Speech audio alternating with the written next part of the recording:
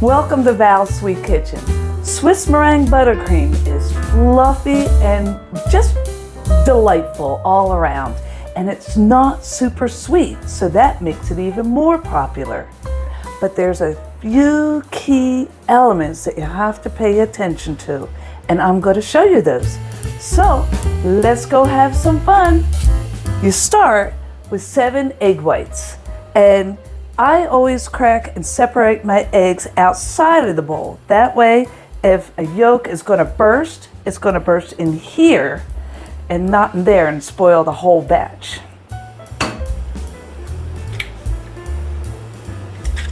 I also find that if you separate them when they're fresh out of the refrigerator, they're a little bit easier. Oops, and look there, the yolk just burst. You can't use this at all. As a matter of fact, I'm just gonna get a whole new bowl because you can't have any yolk in with your meringue. Anyway, at least I didn't spoil the whole batch. Then I'd have to run to the store and get more eggs. With the egg yolks you have left, don't throw those away. You can freeze them and use them for like delicious cream patisserie. And your egg shells make great compost in the garden. And then to your egg whites, add 2 cups of sugar, 1/4 teaspoon of salt, 1/4 teaspoon of cream of tartar, and you're going to whisk those all together. Another key point is make sure all your bowls and utensils are absolutely super duper clean. If they're not, it's not going to whisk up into this ooey gooey goodness later on. If you made chocolate before, that chocolate sometimes has an oily residue, so double check that. And then we're going to heat up very gently the egg white mixtures on a bain-marie, also known in America as a double boiler. You want to make sure the water doesn't touch the bottom of the pan, or else you'll be cooking your egg whites. Notice the mixture is really gelatin-like. As it heats up, it's going to loosen up, and all the sugar that you see is going to fully dissolve. You want to take this up to 160 degrees. 160 degrees is going to not only pasteurize the egg whites, it's going to get rid of anything else that might be there. I can't feel any sugar granules. I prefer to use a thermometer. That way I know it's safe to serve to my guests. There you go, 160. It's ready. And it's hot. So I'm going to just take this out. And what I like to do, it's an extra step, but it's a big time saver, is you have to bring this down to room temperature, the same temperature as your butter.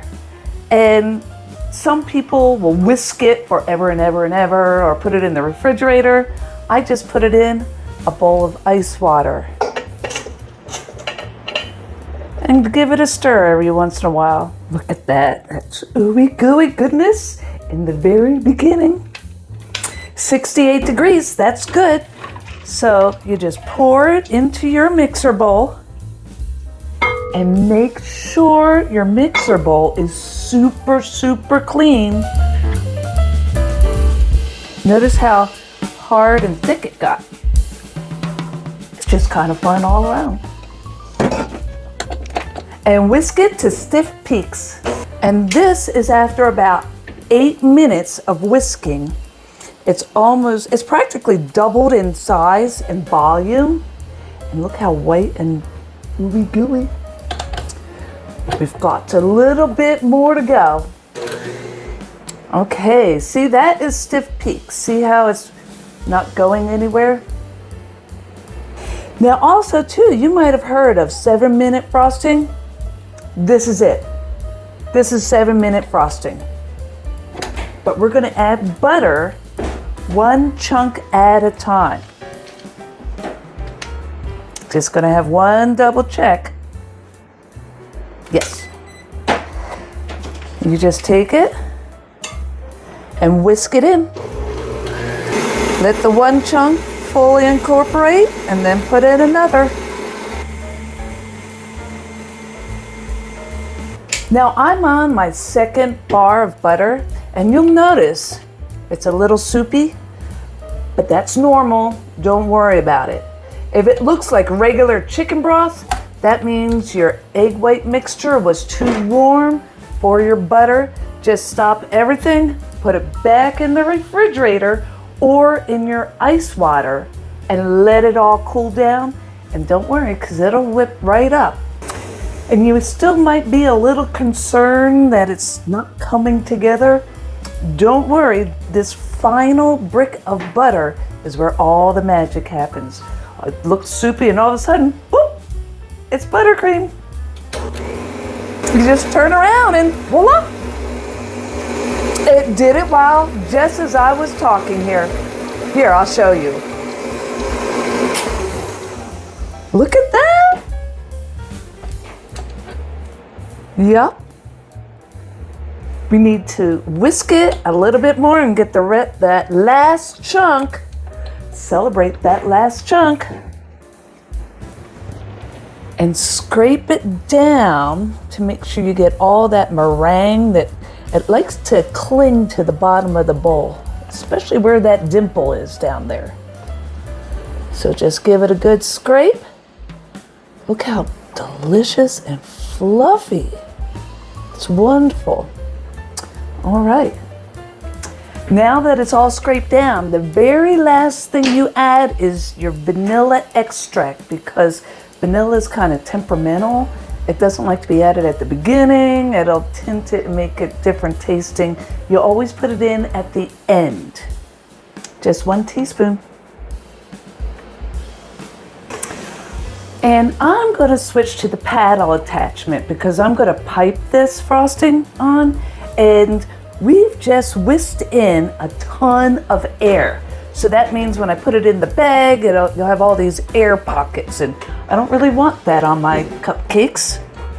So now I'm going to show you how to get it super duper white, because right now it's got a little yellow tint to it. What you do is you put food gel, purple food gel on it. You want to add just a tad, not even a drop, just about that much. Beat it right in. Here, I saved some aside from before, so you can see it brightens it up. Don't go overboard with the purple though. And now we have super white. I love it. I'm gonna pipe it. And here you go. It just pipes so wonderfully.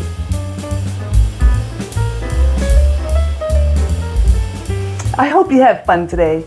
If you did, give it a like, subscribe to my channel, and don't forget to boop the little bell so you get notified when I make a new video. And if you make this at home, let me know how it turned out.